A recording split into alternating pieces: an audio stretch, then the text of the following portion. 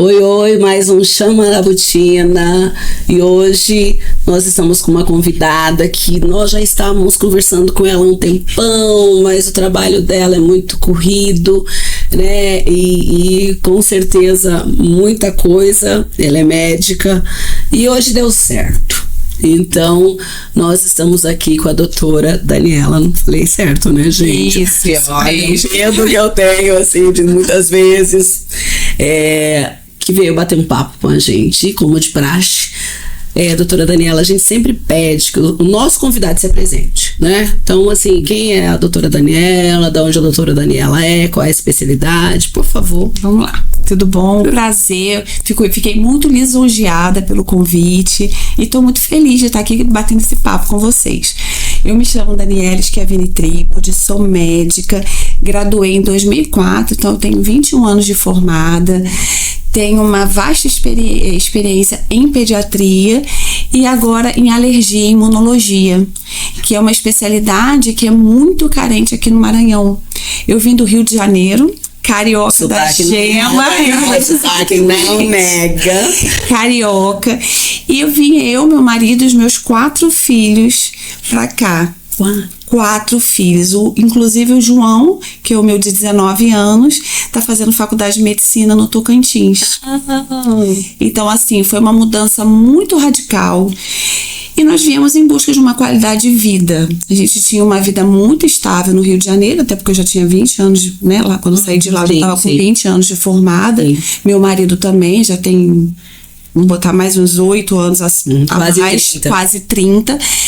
Só que a violência estava incomodando muito, tanto que agora foi notícia, sim, né, que explodiu. Feio, tá? Exato. Então, assim, a violência incomodava muito.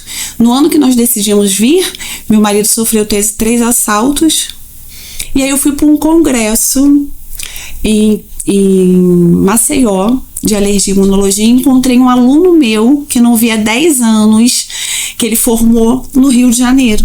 E ele é de Imperatriz, que é o Dr. Rafael, que hoje é presidente da ASBAI Maranhão, né, que é a Associação Brasileira de Imunologia Regional do Maranhão. E ele falou de Balsas. E o meu marido, ele é médico, mas ele ama o agro. Pensa no bichinho, quando ele pega, não solta, não. E ele ama o agro. E ele tinha criação de caprinos no Rio de Janeiro. Detalhe, né? Eu completando a frase da doutora Daniele, gente, porque eu estive com o doutor na segunda-feira, né? Exato. Por causa do meu irmão. E eu até brinquei com ele, que eu falei assim: vou lhe conhecer antes da sua esposa, mas eu tenho encontro marcado com a sua esposa essa semana. E ele contou essa parte do agro, achei muito legal. Exato, e ele tinha a criação lá. E conversando com o Rafael falou sobre Balsas. E o Carlos, eu não conhecia o Maranhão, o Carlos conhecia a Imperatriz. E ele falou: Carlos, você teria coragem? A conversa foi assim, numa mesa de restaurante: você teria coragem de largar tudo que vocês têm no Rio de Janeiro?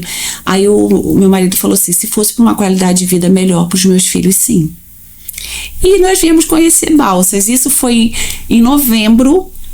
Quando foi 9 de dezembro, nós viemos conhecer Balsas. Dia 12 de janeiro, nós estávamos mudando com as crianças. Muito rápido. E tudo foi se encaixando.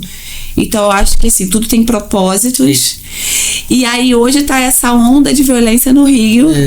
E meu marido tá apaixonado. Não, e fora, né, doutora, assim, a qualidade de vida é você poder almoçar na tua casa. É você poder, no final de semana, tá descansando com teus filhos, mesmo que você de repente esteja de plantão, você tem essa liberdade. Exato. Você conhece todos os amigos dos seus filhos, inclusive com pai e mãe. Essa qualidade de vida não tem preço. E aí nós viemos e assim, tá dando tudo se encaixando, né? Coisa boa. E assim, o pessoal, as pessoas nos receberam muito bem, as clínicas que nos receberam, assim, dando carta branca pra gente trabalhar. E assim, estão sendo bem aceitos. Isso é que importa, né? Fazendo um bom trabalho. E assim, eu tô feliz. O pessoal costuma dizer que Balsas é uma cidade do Maranhão que porque é todo mundo quase de fora, né? Então, essa questão do aceitar e do agregar é porque todo mundo, 90% já passou, já passou, exato. Então, quando chega outra pessoa, nós queremos que ela se sinta tão bem como a gente se sente, né? Nós três aqui, não tem aqui, aliás, os quadros, ninguém é daqui. Ninguém é daqui. É verdade. Mas todos somos agora, né? Todos apaixonados por aqui. Pois é. E assim, tava sendo bem bacana. Agora, aí meu filho veio, ele já tinha terminado o 3º ano, prestou faculdade para Porto Nacional. Sim, e passou. Ai, que delícia. Passou e começou. Aí tá no Tocantins, e aí ficaram agora só a Sofia e o Francesco e o Antônio, que são os 2 pequenininhos. E tá sendo bem bacana. E é pertinho também. E aí agora a gente conseguiu também a transferência para Araguaína. Que aí é mais do lado. Não, Araguaína é aqui já, né? Vamos dizer que é aqui. É engraçado que quando eu vim morar aqui, eu falava assim, de Balsas para Riachão, 60 e poucos quilômetros, porque você saiu de um município para outro. No Rio é tudo muito pertinho. Pra nós é tudo muito pertinho. Eu vou e volto Imperatriz no mesmo dia. Né? E assim, pra Imperatriz são 4 horas. 370 quilômetros. É quase Rio-São Paulo. Na verdade, é São Paulo. Então, assim, quando eu cheguei aqui, eu estranhava essas quilometragens gigantes, porque o Rio é muito pequenininho. Sim, sim, o estado. Mas agora eu já tô assim, quando eu falo com a minha mãe, com a minha irmã lá no Rio, eu falo, tô indo ali. Eu vou ali. Ali pra Imperatriz, mas eu volto no final do dia. Ela, como assim, Daniela? 4 horas. Daniela, é Rio-São Paulo. Eu falei, pois é, mas agora pra mim a gente acostuma. Minha ponte, minha nova ponte aérea agora. Vou levar o carro pra revisão em Araguaína e volto de noite. É pertinho. E aí quando eu vou pra visitar o João, é um pouquinho mais distante, 700 e poucos quilômetros. É bem cansativo, mas também é ali. Mas agora já tá vindo pra perto. Aí fica mais tranquilo. Mas assim, tirando esse papo de mulher pra mulher, assim, conta pra gente, né, pra quem tá acompanhando o programa, a questão das suas especializações. Aqui, você tem visto que faltava? Sim, muito. Muita criança com alergia alimentar. Muita alergia alimentar é o que mais chega no meu consultório. E assim, eu sempre, assim, quem me acompanha no meu Instagram, eu friso muito, tem muita criança com restrição alimentar. Isso me dói o coração, pegar uma criança com uma lista de restrição alimentar e o paciente não tem sintoma, só por causa de um exame. Isso, quem me acompanha no meu Instagram, eu posto todos os dias. Muita dermatite atópica, muita dermatite de contato, asma, até porque aqui tem muito milho, milheto, muito pó. Então, muita asma não tratada. Muita queimada, que a gente já pensou de brigar, mas não adianta. Exatamente. Assim, a parte de rinite, aqui tem um serviço de otorrino muito boa. Então, assim, é uma coisa que não é tão, que eu vejo que não é tão mal, assim, não é tão mal cuidada. Mas a parte de pneumo, que é asma, muita gente tratando só crise, de uma maneira que a gente pode tratar para evitar as crises. Não é melhor você prevenir do que você tratar só na crise? E aí, assim, isso eu vejo que eu faço a diferença. Entendeu? De você começar a tratar para evitar que aquele paciente adoeça. De conseguir liberar o alimento que a criança, mais a criança, né? Alergia alimentar. Criança é muito difícil, né? Porque você vai pra casa de alguém e lá tem uma comida e criança, ela não entende que ela não pode. Exato. Né? É difícil você... Pois é. Assim, mas quando você começou a fazer essa fala, eu fiquei na dúvida, por exemplo, talvez até seja uma coisa que outras pessoas também fiquem, essas crianças na verdade estão, então, ou não estão com alergia? Vamos lá. Na verdade, a alergia alimentar porque você associou com a questão de um exame, né? Então, assim, porque eu queria entender como é que isso chega pra você hoje. Na verdade, quando chega pra mim, às vezes vem paciente de outros médicos que fizeram um teste alérgico. Exemplo, eu vou lá porque eu sinto dor abdominal, vou fazer um teste de alergia. Aí eu faço um teste de alergia. E aí vem um teste de alergia que a gente chama de prick teste, ou pode ser o prick to prick ou prick teste. E aí esse teste, você testa 40 alimentos. Feijão, acelga, carne de rã, coisa que o paciente nunca nem comeu. Aí você faz o teste, esse teste dá positivo. Só que o paciente sempre comeu aquilo tudo e ele não tem sintoma. E aí eu vejo o paciente com restrição sem sintoma. Então, assim, isso eu não canso de falar. Um paciente com alergia alimentar só é investigado quando tem sintomas. Porque se eu não tenho sintoma nenhum, se eu fizer um teste de alergia e der positivo, se eu como aquilo e eu não tenho sintoma, não tenho por que eu tirar esse alimento da minha alimentação. Isso traz carência nutricional nas crianças e exclusão social. Exatamente. Porque das festinhas. Das festas. Então, assim, a gente tem que ter muito cuidado. De casa, né? Com as Exato. Que é o pior. Agora, diferente de um paciente que chega pra mim e fala: quando eu como isso, eu tenho tal sintomas. Aí a gente vai investigar aquilo. Não adianta eu fazer vários testes. Eu pego gente com um teste de IgG para fazer diagnóstico de alergia alimentar, que a nutricionista pediu, sei que lá. Que na parte de alergia, o IgG não dá diagnóstico de alergia alimentar. Não dá. A gente usa IgE e usa o prick teste. Igual eu já peguei aqui, paciente tomou o leite, bebezinho ficou com placa vermelha no corpo. Então vamos investigar. Positivo? Realmente esse paciente tem uma alergia mediada por IgE.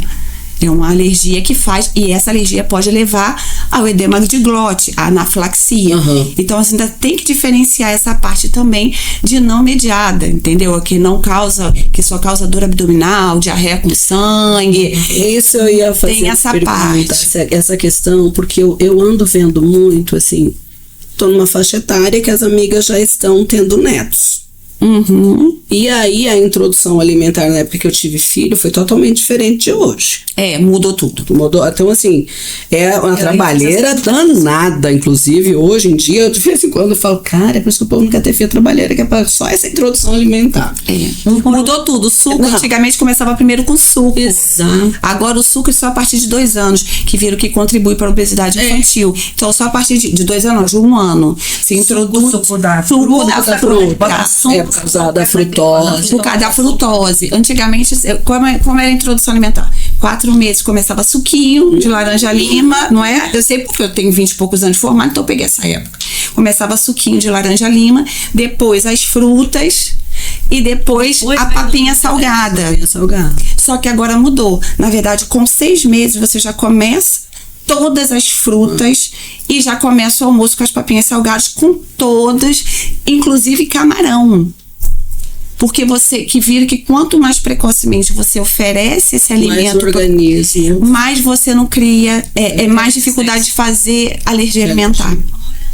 Quanto mais você retarda isso, você não consegue amadurecer esse sistema imunológico. Mas aí essas introduções, elas são individualizadas para poder perceber essa questão da reação da criança? Sim, a gente faz um planinho, tipo assim, hoje vai ser a maçã.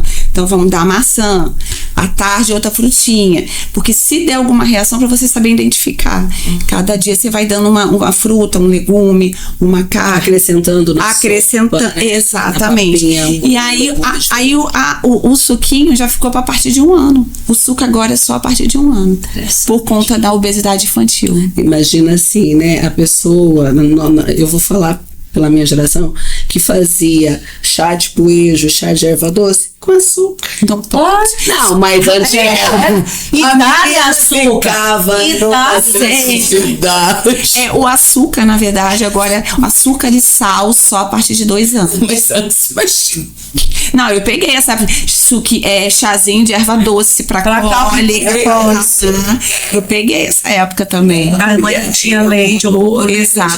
Mas estão todos vivos, tá, gente? É verdade. Inclusive, assim, as minhas nem alergias estão ótimas, né? Pode ser que elas vão brigar comigo. Eu lembro dessa questão, né, do Tite. A mamadeira, ela sempre chamava de Tite. E eu vi que não, o Tite do pai. O pai botava mais açúcar que você. Aquele trem já tinha açúcar. Aí hoje elas brigam com ele. Eu falei, mas o Tite do pai não era mais gostoso? Tinha um açúcar. Né? Porque o açúcar realmente, ele te dá essa alegria, sensação, né? Essa coisa, assim, vai saber por quê. Eu não gosto de doce, mas eu sei que muita gente gosta. Eu adoro doces. Mas aí eu ia falar isso pra você. Eu ando vendo muita Muitas amigas. Ai, meu neto tem intolerância. Ai, meu neto tem... Esses dias eu tava falando com uma amiga que tem quase 300 anos, eu tô com intolerância. Você tomou leite até hoje? Vamos lá, a gente tem que saber diferenciar. Quando a gente fala de alergia à proteína do leite, a gente está falando de uma reação do sistema imunológico à proteína do leite. A lactose, ela não é proteína, ela é uma glicose, então ela não causa alergia, tá?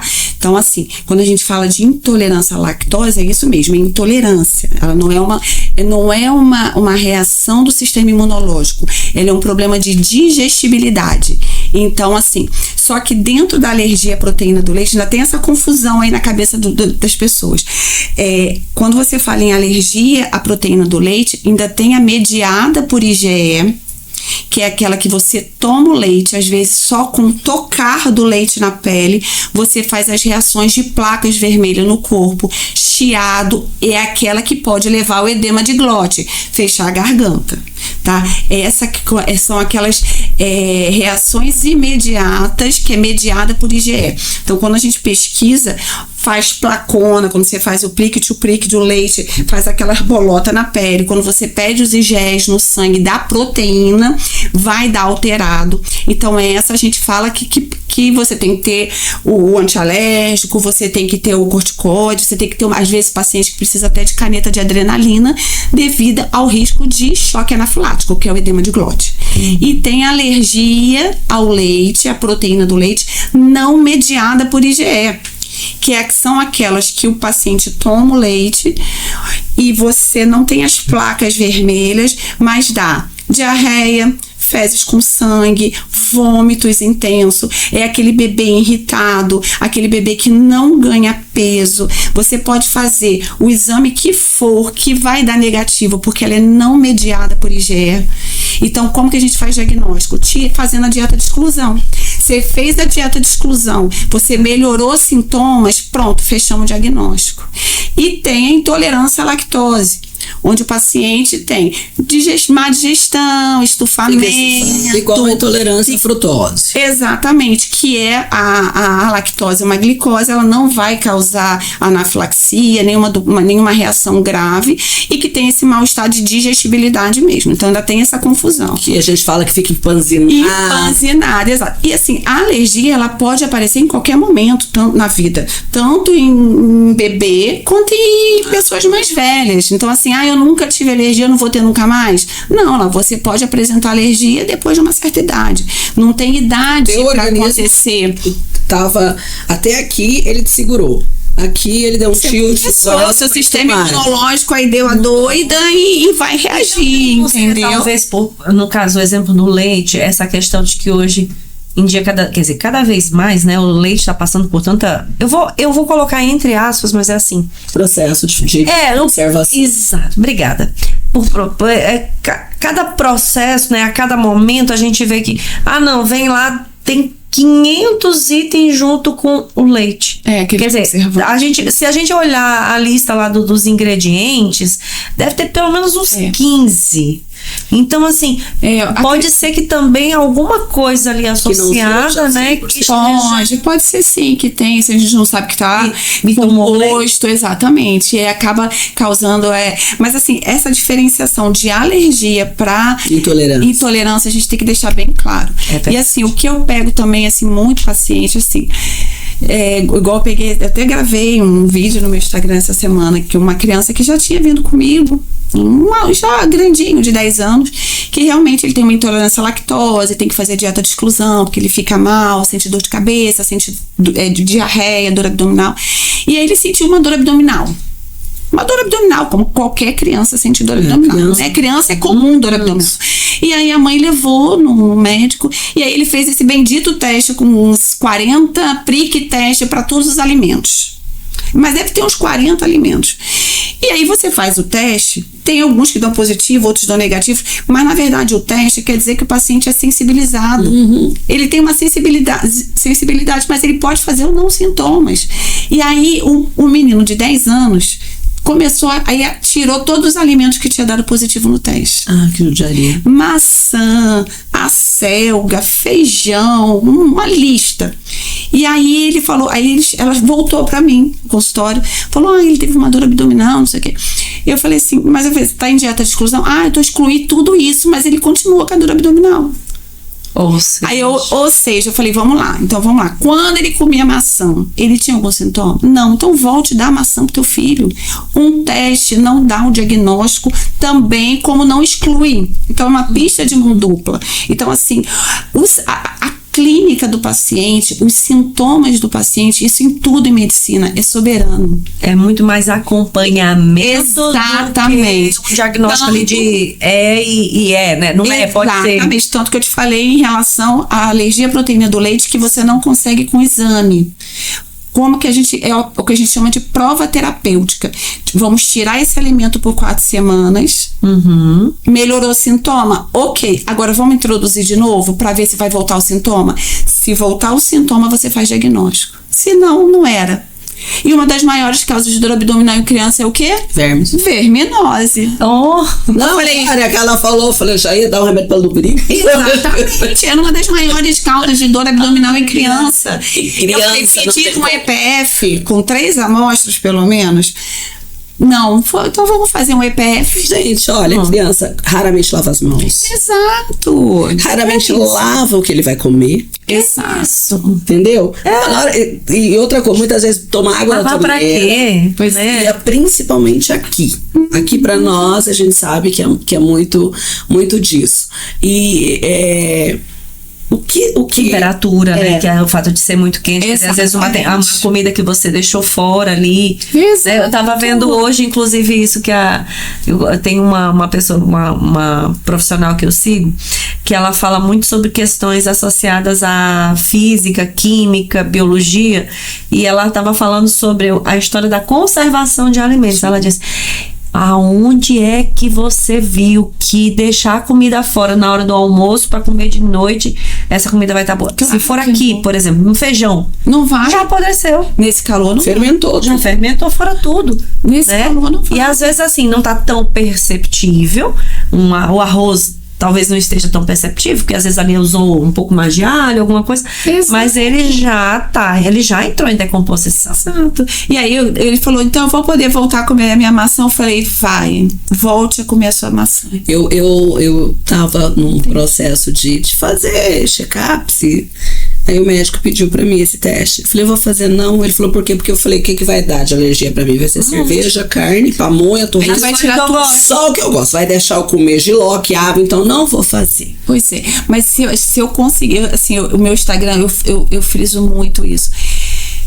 Não adianta fazer 300 mil testes sem indicação. Exato. Você só tem que fazer teste quando você tem sintoma. Então vamos passar por uma consulta. O que você come que te faz mal? Então vamos testar isso. Vamos fazer dieta de exclusão de 4 semanas, depois a gente reintroduz. Vamos fazer um TPO quando que pode causar anafilaxia, que aí eu não posso introduzir em casa.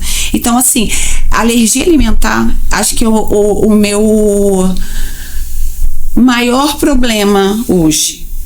Porque cada um fala uma coisa. Exato. E no meio fica um paciente perdido e uma mãe aflita por conta de um filho, e aí implica em tudo isso que acontece. E não é fácil de fazer diagnóstico não, tá? Não, imagina. É uma das mais, eu acho que dentro da alergia, pra mim, é uma das mais difíceis. E eu vejo assim, a minha mais velha, questão de camarão, nem a colher.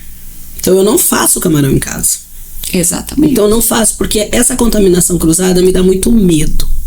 E eu já vi casos, né, de pessoas adultas que pediram comida e aí a colher que foi usada... Se for imediato, pode fazer anafilaxia. Não, essa pessoa que eu estou falando, ela veio a óbito. Exato. Porque trancou tudo, ninguém entendia, o prato não dava que tinha camarão, mas a contaminação. Exatamente. E essa pessoa, esse paciente que tem histórico de anafilaxia ou de reação alérgica grave, ela precisa ter uma caneta de adrenalina dentro da bolsa.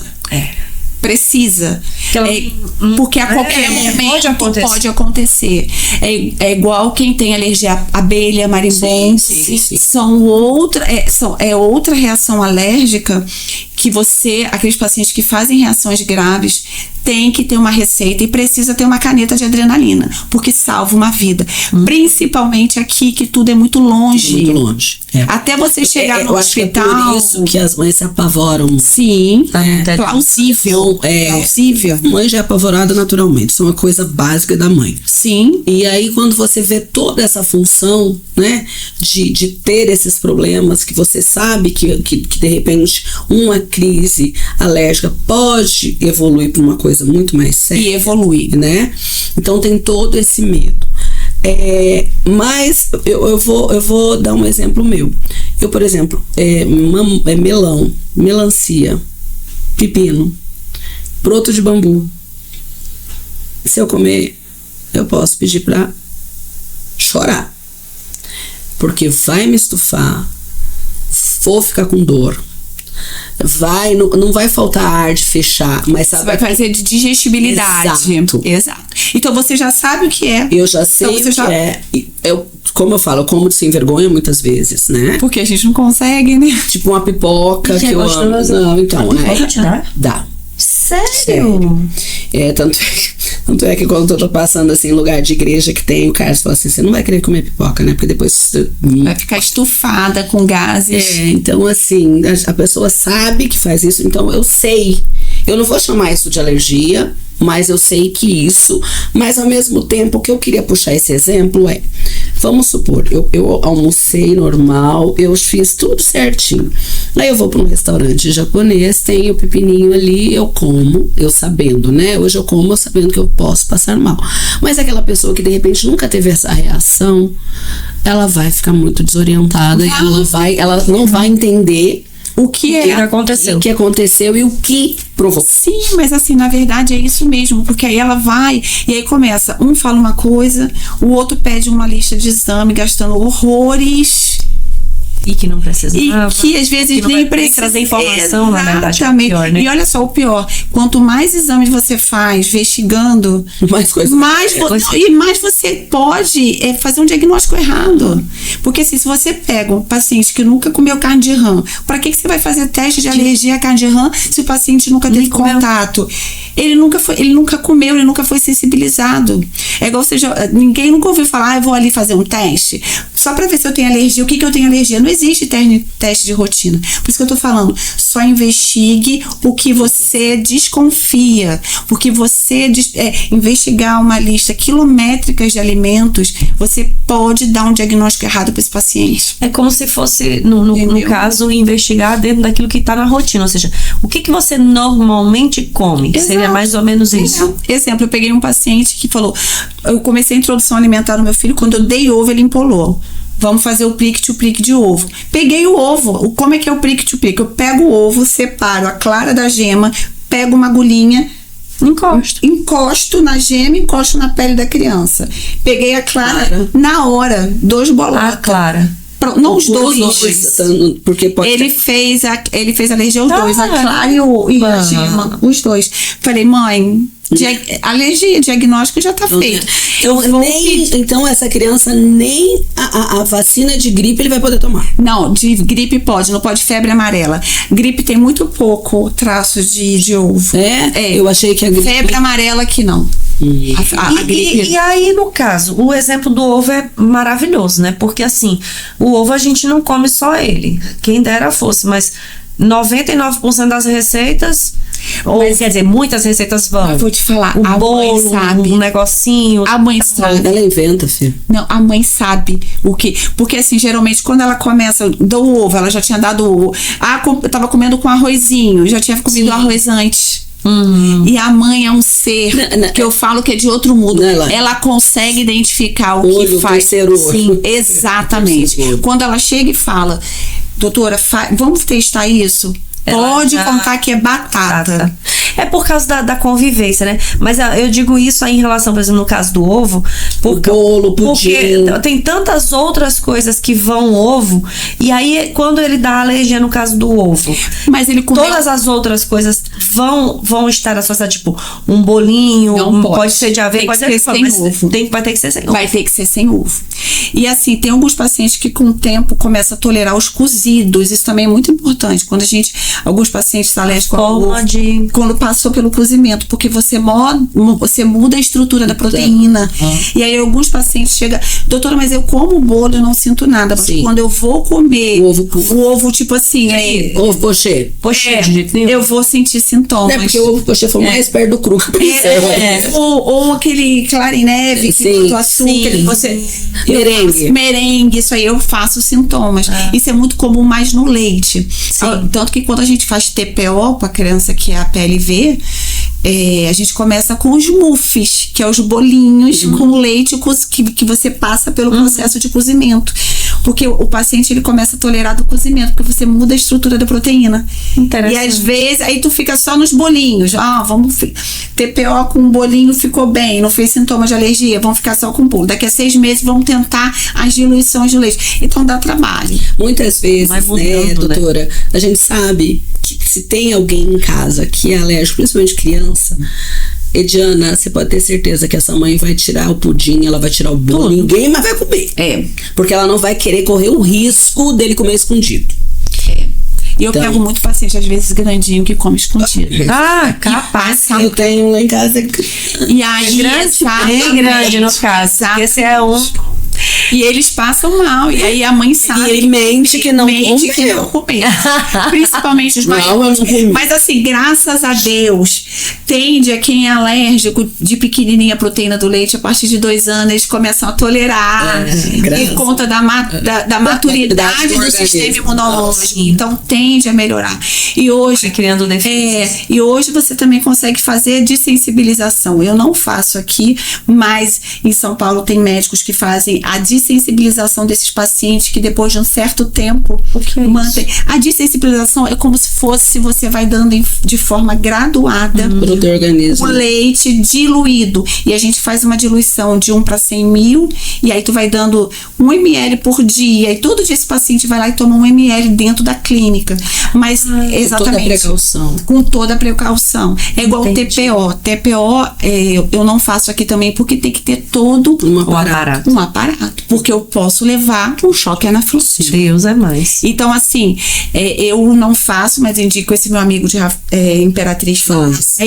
E assim, o TPO para você poder saber até qual a diluição você pode começar a introduzir na criança a partir de 2 anos. Então, assim, a alergia. Quer dizer, tem vida após alergia. Tem. E posso te falar, geralmente essas crianças a partir de 2 anos começam a tolerar por conta da maturação mesmo, da maturidade, de ter maturação desse sistema imunológico. Passa essa fase, né, que é de descoberta, vamos dizer assim. É verdade. O que a gente poderia falar que são as principais alergias hoje?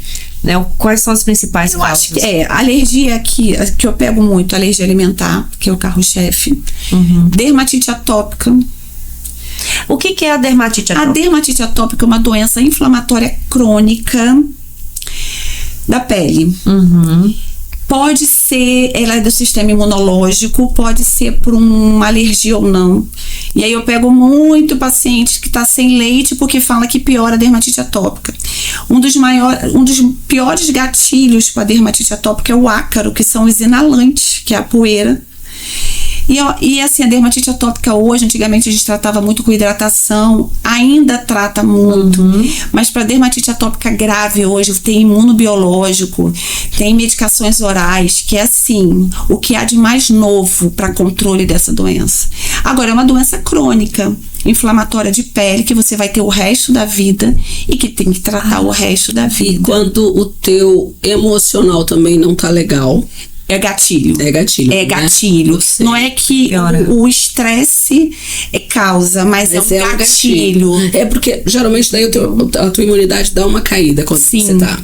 E outra coisa que eu pego muito aqui, engraçado, eu não pegava tanto no Rio, é urticária crônica espontânea. Mas seria por conta do calor? Pode ser. O calor é um gatilho. A urticária, ela teria a aparência do quê, doutora? Como se fosse picada de mosquito grandona. Tu já viu que as pessoas ficam com um monte de bolota vermelha? E tem algumas pessoas que a urticária que pode ser porque a abelha picou e fez as bolotas. Comi o camarão, deu as bolotas, que são as urticárias. Tomei, por exemplo, a minha caçula é o corante amarelo. Urticária alérgica, porque você vai dar um antialérgico para ela, vai tirar o corante amarelo, ela vai melhorar em 24, 48 horas. Sim. E existe a urticária crônica espontânea, que você dorme muito bem, obrigada, e acorda cheia de bolota. Ou com angioedema espontâneo. Já é uma urticária do sistema imunológico. Que você, por algum motivo, sua célula lá, os mastócitos, liberou histamina. E aí isso já aconteceu comigo 2 vezes na vida. E foi absolutamente aleatório. Eu não consegui associar com nada. Absolutamente nada.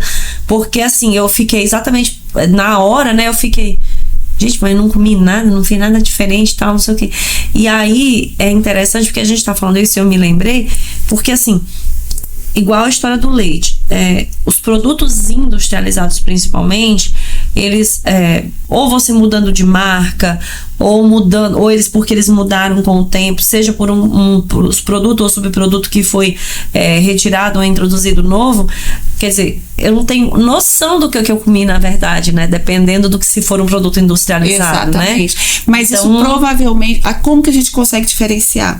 Quando o paciente chega e fala, doutora, eu tô há 1 mês com essa urticária. Não, aí... Eu tô há 15 dias, eu tô há 1 semana. A urticária que passa de 48 horas, ela é do sistema imunológico, ela não é alérgica. A Diana falando isso, na época da pandemia, quem não surtou, não vai surtar mais nunca, né? Eu dei uma surtadinha, depois eu meio uns 15 infartezinhos, assim, só psicologicamente falando. Eu não vou dizer uma dermatite atômica. Mas eu acordei um dia e eu me observo muito. Eu falei, tá errado esse negócio. Eu tenho acesso à minha dermatologista. Ela falou, Lara, isso é tal coisa, não vou me lembrar o nome agora, doutora. Dermatite irritativa, psoríase. Não é nem psoríase, não, porque eu não vou lembrar o nome. Até porque pra mim gravar nome assim. E aí ela falou, você vai usar o hidratante tal, isso é teu emocional, né? E realmente foi um gatilho. Nunca mais, entendeu? Foi realmente aquela coisa do teu organismo, sei lá, brigar contigo, né? Exatamente. Assim como quando você tem processo de pico de emocional, de cair cabelo, né? Que é a alopécia, né? Isso. Que também é uma doença do sistema imunológico. Exato. Na verdade, a imunologia hoje... Que é o que você também é especialista. Exatamente. Ela abrange muitas doenças, como a alopécia areata, como psoríase, vitiligo... Também? Tudo é do sistema. Tudo é do sistema, né? E agora com essas medicações novas, que são os imunos biológicos, a gente consegue controlar de uma forma, assim, surreal. São medicações maravilhosas. Eu vou fazer perguntas, assim, pra você. Claro que a gente passa primeiro pelo tratamento convencional. Mas a não resposta... É fato, né? A gente escuta muitas coisas, né? O Dr. Google, quando você não tá grávida, quando você não tá grávida, você tá com uma doença muito séria. Eu, nessa altura do campeonato, eu prefiro ficar grávida. Não, mas até eu, às vezes, vou no Google. Não, mas aí você sabe o diferencial uma coisa da outra. Sobre, né? É que nem eu peguei um monte de exame esses dias, falei, deixa eu ver o que? Falei, se eu fechar esse trem, vou levar lá, daqui a pouco... que eu vou correr, antes, pra ação. É fato, assim, por exemplo, que depois de uma certa idade, eu vou falar depois do Zenta, tomar a vacina da herpes zoster, que tá aparecendo muito herpes zoster. Aqui eu tô vendo muito caso. É fato que depois de uma certa idade, com uma precaução, uma vacina. Inclusive, para eu poder fazer esses imunobiológicos, eu preciso fazer a vacina do herpes no paciente. Porque assim, precisa ser feito, porque você baixa a sua imunidade. Mas tem idade, não? Não. Qualquer idade. Não, é que assim, eu vi a questão de uma certa idade. Por quê? Porque a pessoa mais idosa, ela tem imunidade baixa. E aí, Então, seria como se fosse no calendário vacinal. Perfeito. Eu acho que tem que ser feito assim. Eu levanto a bandeira da vacinação em massa. Adoro. Eu sou a vacina, minha carteira foi a mais bonitinha. Tanto que quando você falou do Covid aí, era aquela briga, vacina ou não vacina? Vacina ou não vacina? É que a gente tinha medo, né? Saí, já dei meu braço, nós pode vacinar. Juntos. Ela saiu outra vacina. Ela teve todas as reações. Eu tivesse reações, ela não teve nenhuma. Mas ela a primeira também. Não, então, mas a gente tomou. A única que eu não tomei foi, acho que a AstraZeneca, que eu fiquei com um pouquinho de medo. Eu não lembro nem o que não tomou. Olha, eu sou da geração, doutora, que eu estava em escola pública, no Goiás chamava de grupo escolar.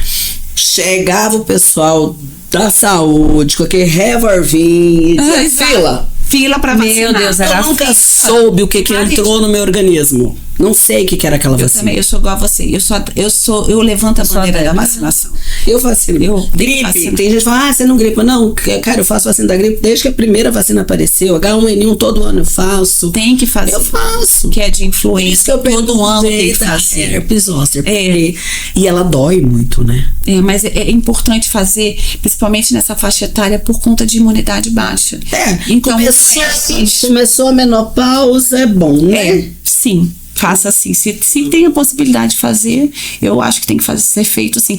Tanto que esses pacientes que precisam fazer esses imunobiológicos, que são essas medicações, na verdade elas não são imunossupressoras, essas medicações, elas são imunomoduladoras. E a gente faz para evitar de que às vezes você tem um vírus lá latente e pode ser que aflorar. Eu tive uma paciente aqui de 28 anos, 28 a 29, e ela tinha uma dermatite atópica. Inclusive, vai ser minha colega, que ela tá fazendo medicina em Teresina. E aí ela chegou pra mim e falou que tinha uma dermatite atópica, já tratando há anos, porque é uma doença crônica. E aí ela falou, doutora, eu já sei tudo que tem que fazer. Eu já tenho biópsia, eu tenho exame, eu tenho tudo. Só que eu não tô conseguindo controlar mais. Eu tô agudizando demais. Eu falei assim, então nós vamos fazer... eu vou te dar 2 opções de tratamento. Injetável ou oral. Ela, eu tenho medo de injeção. Eu falei, para de bobeira. Ela quer oral. Super entendo. Então, nós vamos fazer inibidor da JAK, que é uma medicação top também. Então, não vamos fazer imunobiológico, vamos fazer inibidor e também imunomoduladora, que é um tratamento que agora hoje é padrão ouro para dermatite atópica. E ela falou, bom, vamos embora então. Aí eu pedi os exames, que você tem que fazer vários exames, função hepática, PPD, tem que fazer PPD por causa de BK, tuberculose. Aí vem um PPD dela de 6 milímetros, limítrofe. Não, 5, limítrofe. Falei, caramba, não vamos deixar de fazer não. Eu comecei isoniazida para ela, para BK latente, e vamos começar. E começamos a medicação. Falei, vamos ver, se você não responder em 6 meses, a gente suspende a medicação. E aí passaram-se uns 45 dias, ela não me deu notícia de vida. Eu mandei mensagem, como é que você tá? Ela foi e falou, doutora, eu tenho depois de 48 horas que eu comecei a medicação, eu não sei mais o que é coçar. Eu nunca mais me cocei. E me mandou a foto. Nossa. Hoje eu me atrevo até a passar maquiagem. Olha só, qualidade de vida, né? Qualidade de vida. E aí, hoje tudo tem tratamento, né? Hoje tudo. E assim, são medicações caras, são, mas que assim, a gente consegue. Tem alguns que o SUS não custeia, mas a gente consegue fazer laudo. E assim, são medicações novas e que vale a pena. Claro que tem paciente que responde ao tratamento convencional, mas quando não tem, a gente tem em mão agora desses imunobiológicos, que é o que mais... E a qualidade de vida das pessoas hoje? Ela tem interferido também? No caso do meio, ou tipo, por exemplo, a gente conseguiria associar, por exemplo, a qualidade de vida do paciente em relação a um tratamento, por exemplo, a pessoa identificou que ela tem realmente problemas com alergia, né?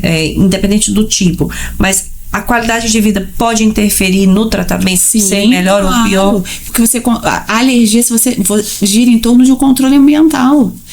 Você tem uma dermatite atópica, você tem que fazer controle ambiental, você tem que botar na tua cabeça que tu tem uma pele atópica, que não pode ficar entrando na piscina. Uma outra coisa que eu sofro muito aqui, as piscinas só são tratadas com cloro. E o cloro é extremamente irritativo para essa pele de paciente atópica.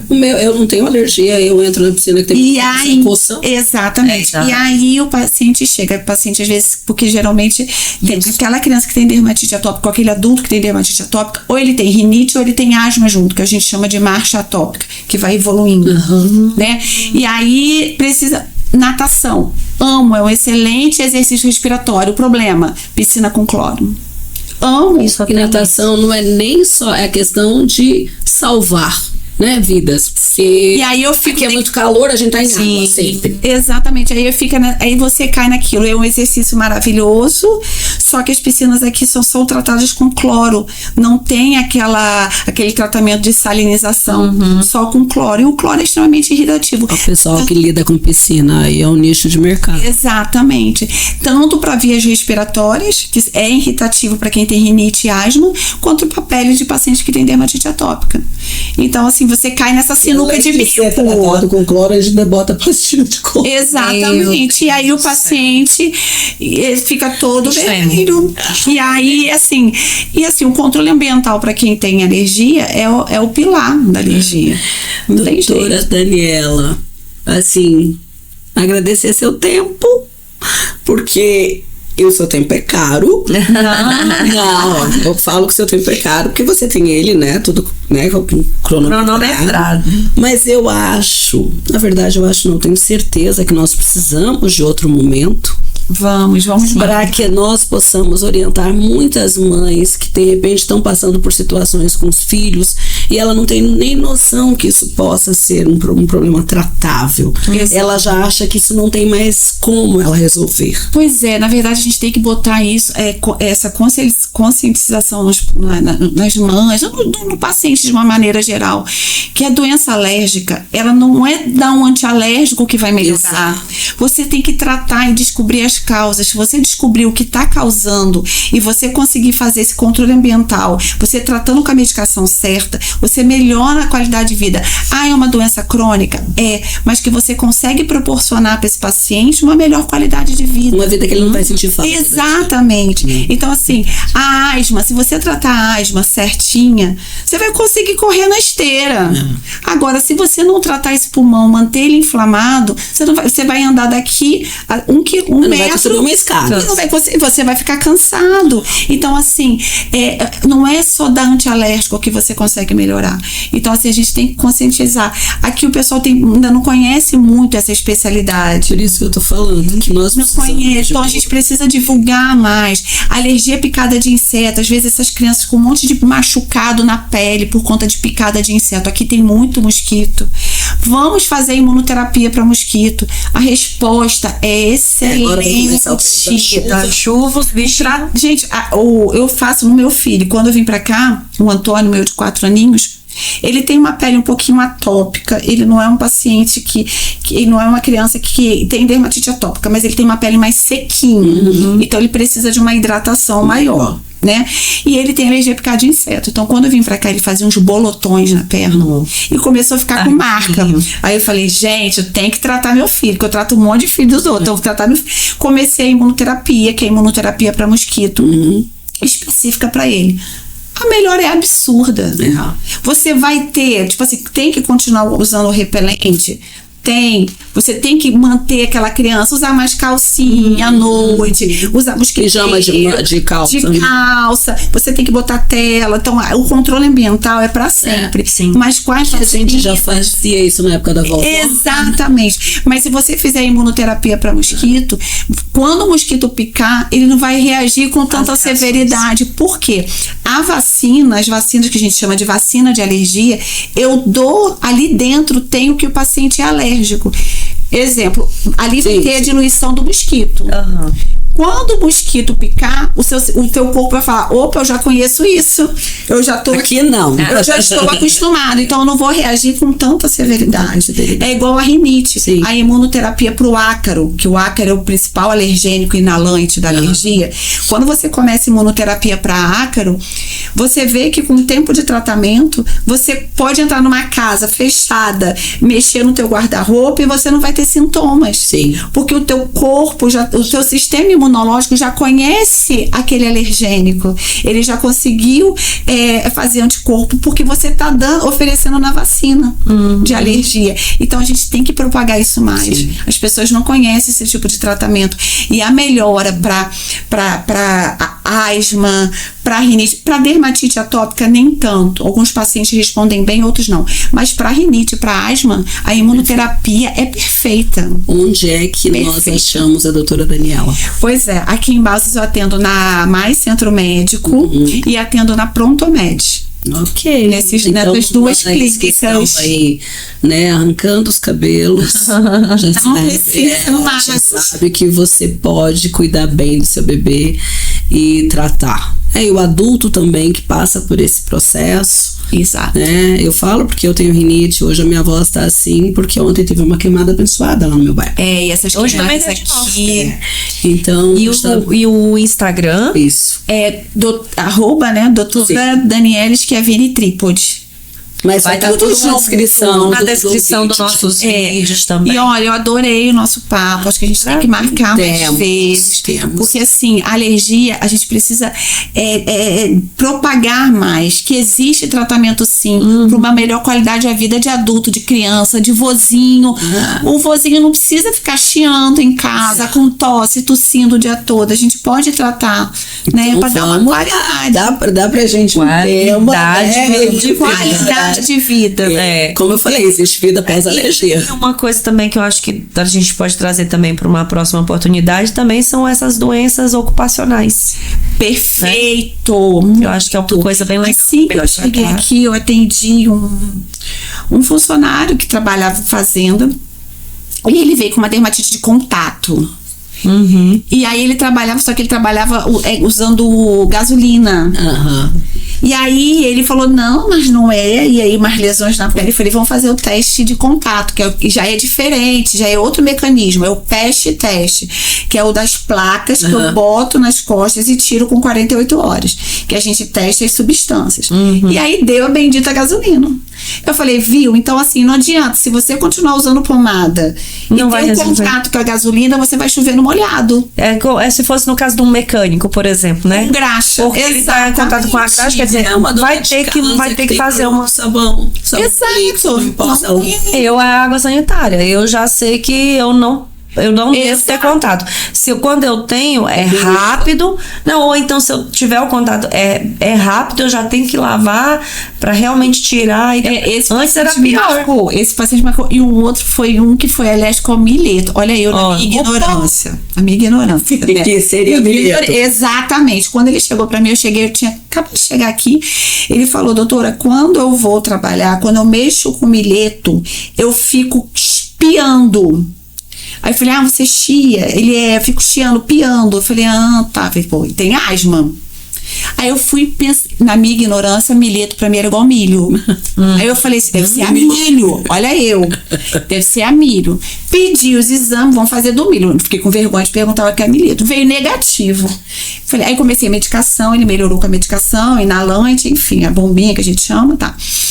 E aí ele falou assim, eu falei, mas o milho deu negativo. Ele, doutora, mas é mileto. Aí eu falei, mas mileto não é milho? Olha eu. Aí ele, não, mileto é uma semente. Lentinha bem melhor. Falei, então você vai fazer o seguinte, eu não sei o que é mileto e não vai ter isso no laboratório. Eu pedi o IgE, não vai ter o extrato do laboratório para poder fazer IgE de mileto. Me traga o mileto e nós vamos fazer o prick.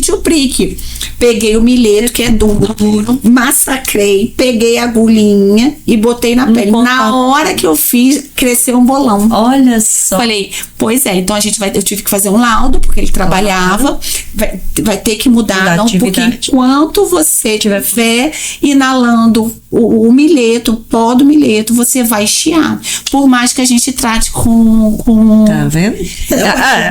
Já que essa entrevista aí, esse bate-papo não termina, e a gente não deixa a doutora trabalhar. Aí ele fiz um laudo, então isso é importante também, porque isso tem muito encaminhamentos diferentes. Exatamente. Né? E assim, esse aí foi já lá no Rio. Eu peguei um que era pedreiro e ele era alérgico ao cimento. E aí ele virou pra mim e falou: eu só sei fazer isso. Eu só sei fazer isso. Eu só sei fazer isso. Falei, então nós vamos botar todos os EPIs. Eu vou te passar um plano de ação. Você vai usar 300 litros de hidratante pós o banho pra eu melhorar essa pele, pra você não poder parar de trabalhar. É complicado. É complicado. Aqui eu peguei, são várias histórias. Um menininho autista de 7 anos que tem uma rinite e já estava evoluindo para asma, né? Porque pode evoluir. Sim. E ele fiz o teste de alergia, tá? Vamos tratar, mas vamos fazer o teste para descobrir quais são os gatilhos. Quando eu faço o teste, alérgico a pelo de gato. Ai. Só que ele deve ter uns 10 gatos em casa. Só isso. Só isso. E corte. E ele virou o tratamento dele pra... Eu preciso... exatamente. Tchau, gatos. Aí eu falei, olha só. Exatamente. Aí ele virou na minha cara, olhou pra mãe e falou: eu tiro tudo, eu te faço o que você quiser, mãe, mas os meus gatos eu não vou dar. Ainda mais um terra, né? Pois é. E aí eu falei assim, então vamos fazer o seguinte com a tia. Vamos entrar num acordo. Não deixar o gato entrar dentro do teu quarto. Não deixar o gato subir no sofá e nem em cima da cama, e você não vai dormir com os gatos. Vamos combinar dessa forma?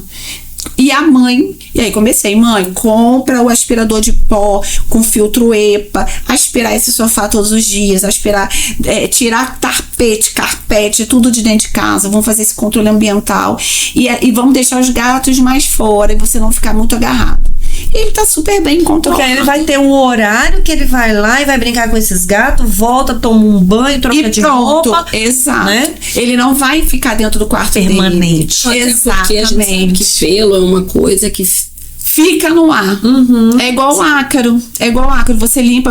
Mas eu limpei a casa, varri a casa, meu filho estava na escola, mas quando ele chegou em casa, ele inala. O ácaro fica submerso 24 horas no ar. Ele vai inalar. Então, por isso que paciente alérgico, casa de alérgico, não tem que ter tapete, não tem que ter cortina, almofada.